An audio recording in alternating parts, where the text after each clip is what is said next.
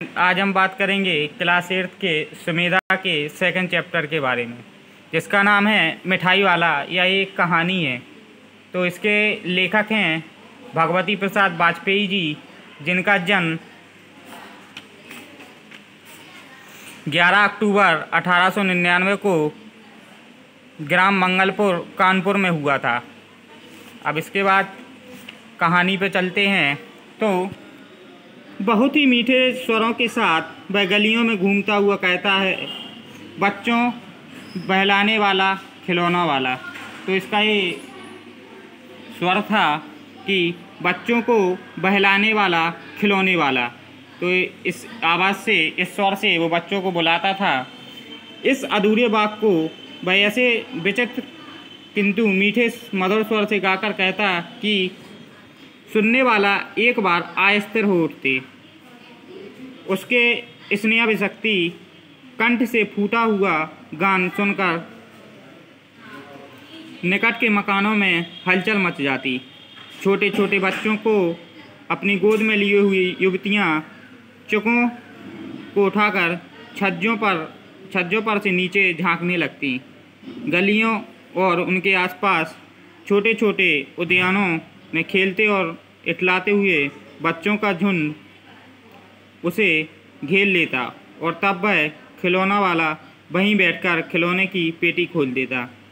तो इसमें लेखक कहता है कि जो खिलौने वाला रहता है, उसकी जो आवाज़ थी वो तमाम प्रकार से इतनी मधुर आवाज़ थी, इतने सुरीले अंदाज में वह बोलता था कि सभी लोग खिंचे चले आते थे। बच्चे खिलौने देखकर पुलकित हो उठते या प्रसन्न हो उठते। वे पैसे लाकर खिलौने का मोल भाव करने लगते। पूछते, इसका दाम क्या है? और इसका।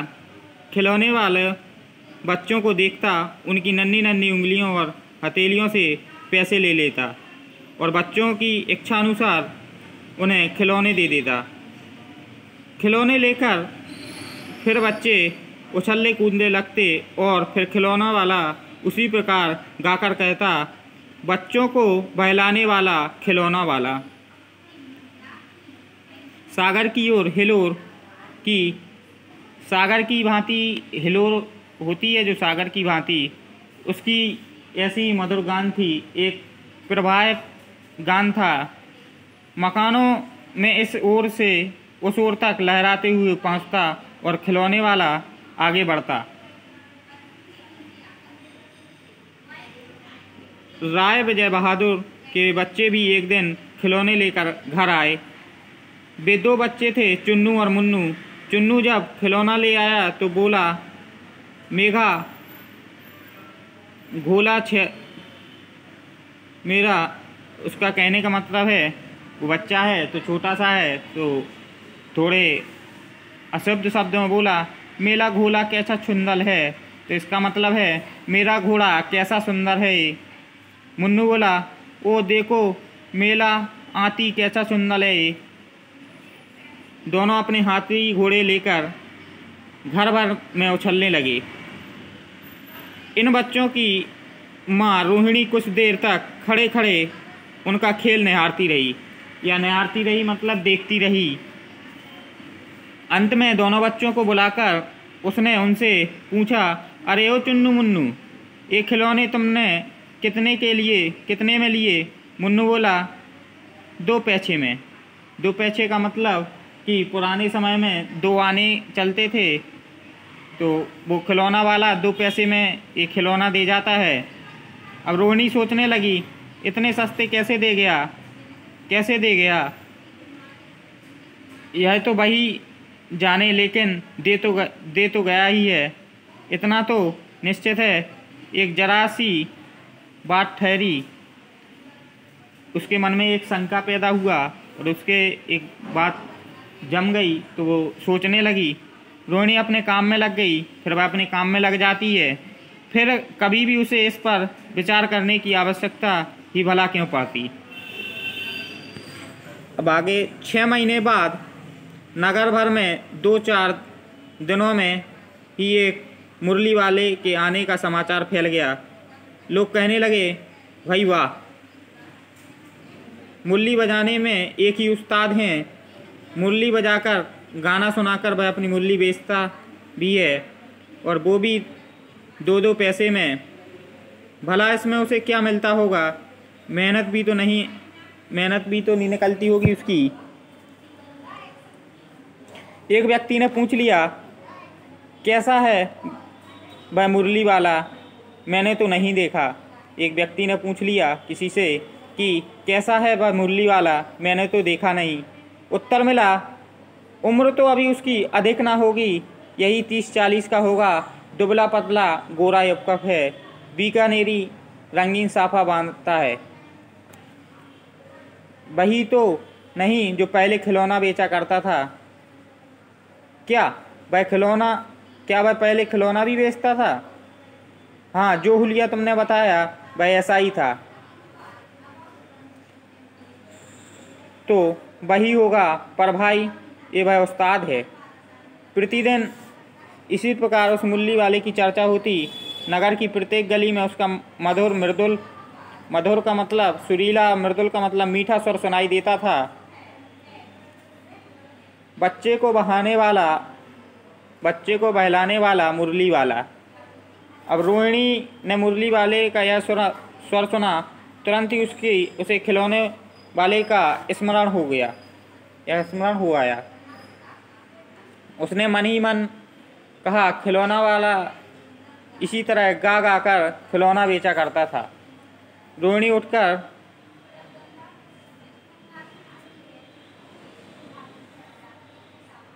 रोहिणी को स्मरण हो गया उसका, इसी तरह गा गा कर खिलौना बेचा करता था।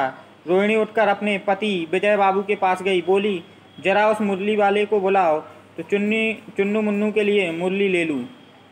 क्या जाने यह फिर इधर ना आए। तो वो कहती है, वो आए या ना आए तो मुरली ले लो। वो अपने बच्चों के लिए मुरली लेने की बात करती है। वे भी लगता है पार्क में खेलने गए हैं। विजय बाबू समाचार पत्र पढ़ रहे थे। उसी तरह उसे लिए दरवाजे पर आकर मुरली वाले से बोले, क्यों भाई, किस तरह देते हो मुरली? तो विजय बाबू उससे पूछने लगे कि किस तरह देते हो मुरली। किसी की टोपी गली में गिर पड़ी, किसी का जूता पार्क में ही छूट गया, और किसी की सोथनी का मतलब पजामा ही ढीली होकर लटक आई। इस तरह दौड़ते हाँफते हुए बच्चों का झुंड आ पहुंचा।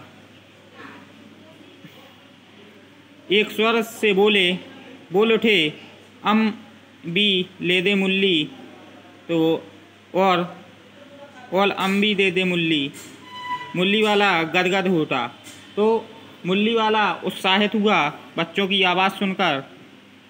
गदगद का मतलब कि खुशी के मारे फूले ना समाना। सबको देंगे भैया, लेकिन ज़रा रुको, ज़रा ठहरो, एक एक को लेने दो। अभी इतनी जल्दी हम लौट थोड़े ही जाएंगे, बेचने तो आई ही हैं, और है इस पर मेरे पास 1-2 नहीं, पूरी 57 है। हाँ बाबूजी, क्या पूछा था आपने? कितने में दी है? 3 पैसे के हिसाब से आपको 2 पैसे में दे दूंगा। तो वो देता 3 पैसे के हिसाब से, लेकिन उसने 2 पैसों के हिसाब से दे दी।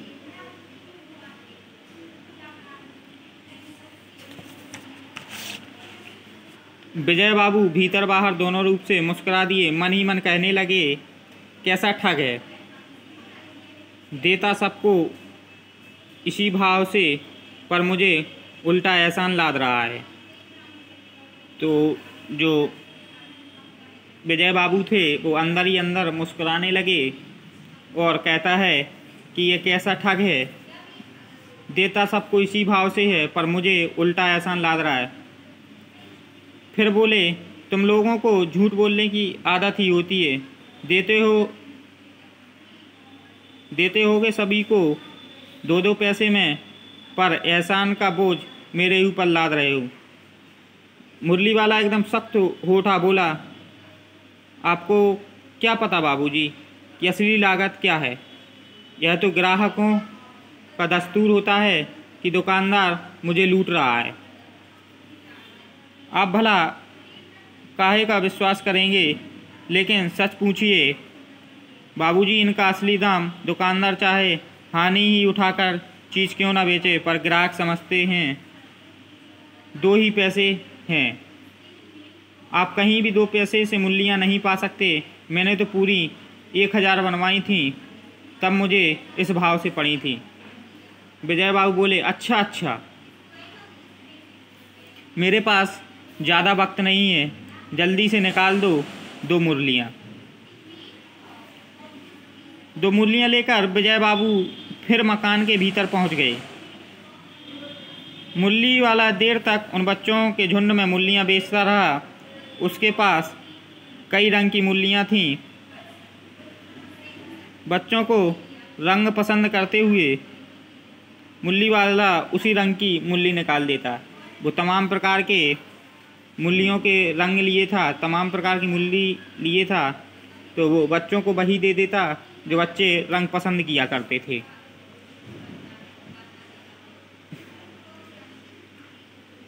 यह बड़ी अच्छी मुरली है, तुम यही ले लो बाबू। राजा, तुम्हारे लायक तो बस यह है। मुरली वाला कहता है, हाँ भैया, तुमको वही देंगे, ये ले लो। तुमको वैसी नहीं चाहिए, ऐसी चाहिए, यह नारंगी रंग की है। वो कहता है, नारंगी रंग की है, यह अच्छा है, यही ले लो। तुमको भी वही देंगे, ये ले लो। फिर बोला, पैसे नहीं हैं। अच्छा, अम्मा से पैसे ले आओ, मैं अभी बैठा हूँ। तुम ले आए पैसे? अच्छा, ये लो तुम्हारे लिए, मैंने पहले से निकाल रखी है। तुमको पैसे नहीं मिले? तुमने अम्मा से ठीक तरह से मांगे नहीं। धोती पकड़कर पैरों में लिपटकर अम्मा से पैसे मांगे जाते हैं बाबू। हाँ, फिर जाओ, अब की बार मिल जाएंगे 2 अन्नी। 2 अन्नी का मतलब कि 2 आना चलता था पुराने ज़माने में, उसको 2 अन्नी बोलते थे। तो क्या हुआ, ये 6 पैसे वापस लो। ठीक हो गया है साहब, मिल गए पैसे। देखा मैंने कैसी तरकीब बताई। तरकीब का मतलब कि तरीका बताया मुरली वाले ने। अच्छा, अब तो किसी को नहीं लेना, सब ले चुके। तुम्हारी अम्मा के पास पैसे नहीं हैं। अच्छा, तुम भी यह ले लो। अच्छा, तो अब मैं चलता हूँ। इसी तरह मुरली वाला आगे बढ़ गया। आज अपने मकान में बैठी हुई रोहिणी मुरली वाले की सारी बातें सुन रही थी। उसने अनुभव किया, बच्चों के साथ इतने प्यार से बातें करने वाला फेरी वाला पहले कभी नहीं आया।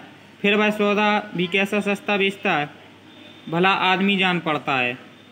समय की बात है, जो बेचारा इस तरह मारा मारा फिरता है, पेट जो ना कराए थोड़ा सा, तो रोहिणी सोचती है भला आदमी जान पड़ता है। समय की बात है, बेचारा इस तरह मारा मारा फिरता है,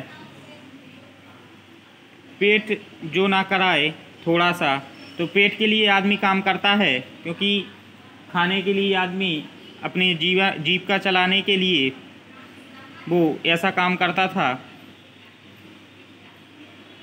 उसी समय मुरली वाले का क्षीण स्वर निकट की गली से सुनाई पड़ा, बच्चों को बहलाने वाला मुरली वाला। रोहिणी इसे सुनकर मन ही मन कहने लगी, और स्वर कैसा मीठा है इसका। बहुत दिनों तक रोहिणी को मुरली वाले का मीठा स्वर और उसकी बच्चों के प्रति वे स्नेहभक्ति, तो स्नेहभक्ति का मतलब स्नेह से भरपूर बातें याद आती रहीं। धीरे धीरे उसकी स्मृति भी क्षीण हो गई। अब मुरली वाला फिर से 8 महीने के बाद आया। सर्दी के दिन थे। रोहिणी स्नान करके, जो रोहिणी थी विजय बाबू की पत्नी, वो स्नान करके अपने मकान की छत पर चढ़कर अजानुलंबित केस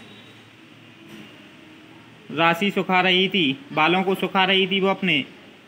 उसी के नीचे की गली से सुनाई पड़ा, बच्चों को बहलाने वाला मिठाई वाला। अब वो मिठाई वाले के बेस में आया। मिठाई वाले का स्वर उसके लिए परिचित था। जब से रोहिणी नीचे उतर आई, उस समय उसके पति मकान में नहीं थे। हाँ, उसकी वृद्धा दादी थी।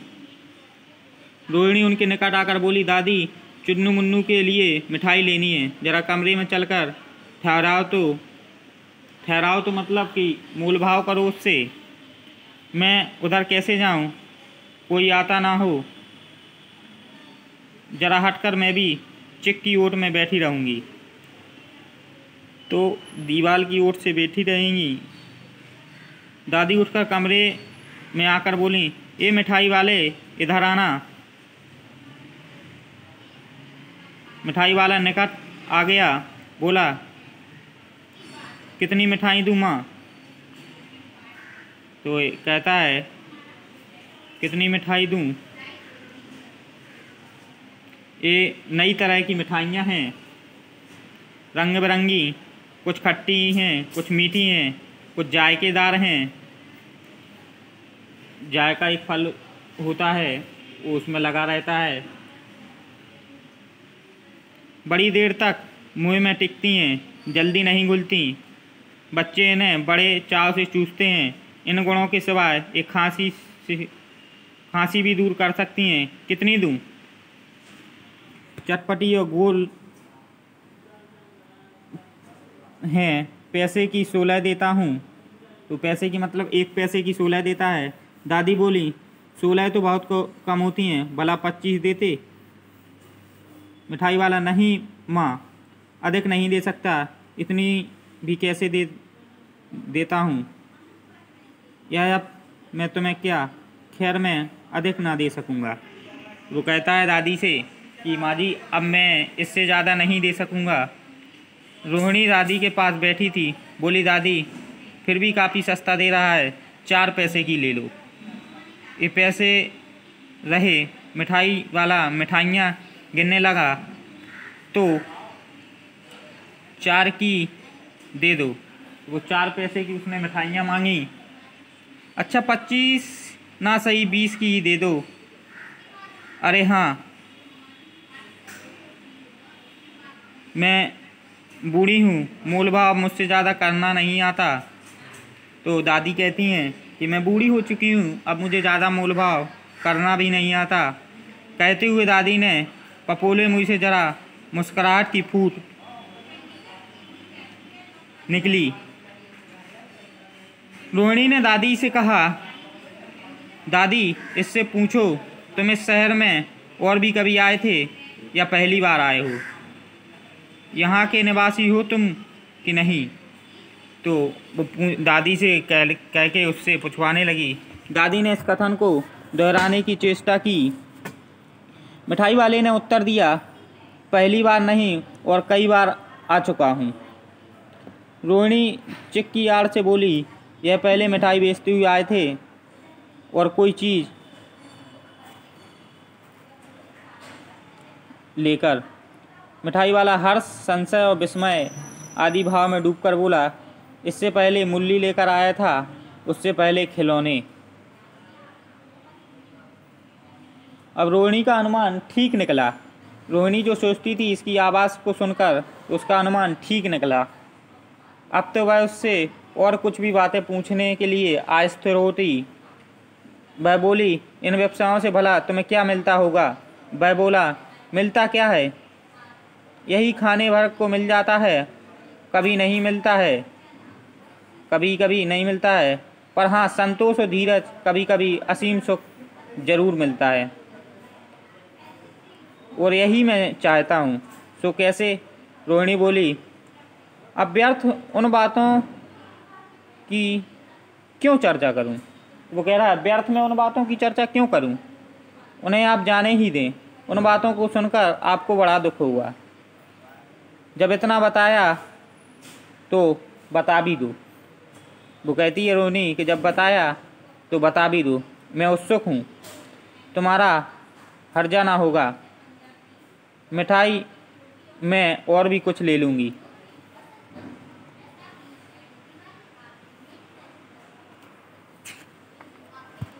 तो गंभीरता से के साथ मिठाई वाले ने कहा, मैं भी आपके नगर का एक प्रतिष्ठित आदमी हूँ, आदमी था। मकान, व्यवसाय, गाड़ी घोड़े, नौकर चाकर सभी कुछ था मेरे पास। तो मिठाई वाला कहता है कि मेरे पास सभी कुछ था, स्त्री थी, छोटे छोटे 2 बच्चे भी थे, मेरा वह सोने का संसार था। बाहर संपत्ति का वैभव था। तो संपत्ति का वैभव का मतलब धन भी था उसके साथ और भीतर सांसारिक सुख था। स्त्री उसकी, जो उसकी पत्नी थी मिठाई वाले की, वो सुंदर थी, मेरा प्राण थी। बच्चे ऐसे थे जैसे सोने के सुंदर सजीव खिलौने। तो सोने से आंका है उसने बच्चों को कि सोने के समान सुंदर खिलौने। उनकी अटखेलियाँ जो बच्चे इठलाते थे, उनकी अटखेलियाँ के मारे घर में कोलाहल मचा रहता था। कोलाहल का मतलब कि घर में चहल पहल मची रहती थी। समय की गति विधाता की लीला। अब वो बताता है कि जो समय की गति है और विधाता की लीला है, अब कोई नहीं है। तो दादी, प्राण निकाले या निकले? तो दादी कहती हैं प्राण निकाले नहीं निकले। इसलिए वो दादी से कहता है कि प्राण निकाले नहीं निकले। तो वो अपने बारे में कहता है कि हमने अपने प्राण निकालना चाहा लेकिन वो नहीं निकले, इसलिए अपने उन बच्चों की खोज में निकला हूँ। वे सब अंत में होंगे तो यहीं कहीं, आखिर कहीं ना कहीं जन्मे ही होंगे। उस तरह रहता तो घुट घुट कर मरता। तो वो देखो, उसके सामने इतना दुख और दर्द था, तो उसने ऐसा व्यवसाय चुन लिया कि जिससे उसे बच्चों की चहल पहल सुनने को मिलती रहे और वह खुश रहे। इस तरह सुख और संतोष के साथ मरूंगा। इस तरह के जीवन में कभी कभी अपने उन बच्चों की एक झलक सी मिल जाती है। देखो, छोटे छोटे बच्चों को देखता है तो उसे ऐसी झलक पड़ जाती है कि ये मेरे ही बच्चे हैं। ऐसा जान पड़ता है जैसे वे इन्हीं में उछल कूद कर रहे हों, हंस रहे हों। पैसे की कमी थोड़ी है। मिठाई वाला एक प्रतिष्ठित आदमी था, उसके पास पैसे का अभाव नहीं था, लेकिन उसे अभाव था तो उसकी स्त्री और बच्चों का।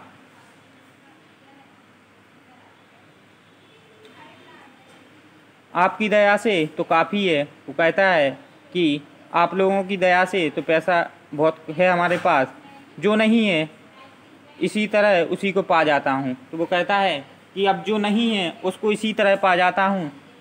रोहिणी ने अब मिठाई वाले की ओर देखा। तो रोहिणी मिठाई वाले की ओर देखती है।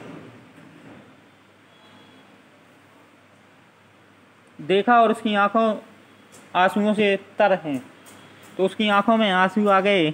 उसी समय चुन्नू मुन्नू आ गए। रोहिणी से लिपट कर उसका आंचल पकड़कर, अम्मा मिठाई मुझसे ले लो कहकर कागज़ की 2 पुड़ियाँ मिठाइयों से भरी मिठाई वाले ने चुन्नी मुन्नू को दे दी। रोहिणी ने भीतर से पैसे फेंक दिए। मिठाई वाले ने पेटी उठाई, कहा अब इस बार ये पैसे ना लूँगा। दादी बोली, अरे अरे नाना, अपने पैसे लीजिए भाई। तो उसने कहा अपने पैसे ले लीजिए भाई। तब तक आगे फिर आवाज़ सुनाई पड़ी, उसी प्रकार मधुर और मृदुल स्वर में, बच्चों को बहलाने वाला मिठाई वाला। ये पाठ है भगवती प्रसाद वाजपेयी जी द्वारा। इस कविता से इस कहानी से यह संदेश मिलता है, जीवन में संतोष बड़ा है, कोई धन नहीं। तो जीवन में संतोष का मतलब जीवन में जो संतुष्टि है, सुख है, वो बड़ा है और धन नहीं है। ये पहला पार्ट कंप्लीट होता है। इसके बाद अभ्यास की बात करेंगे।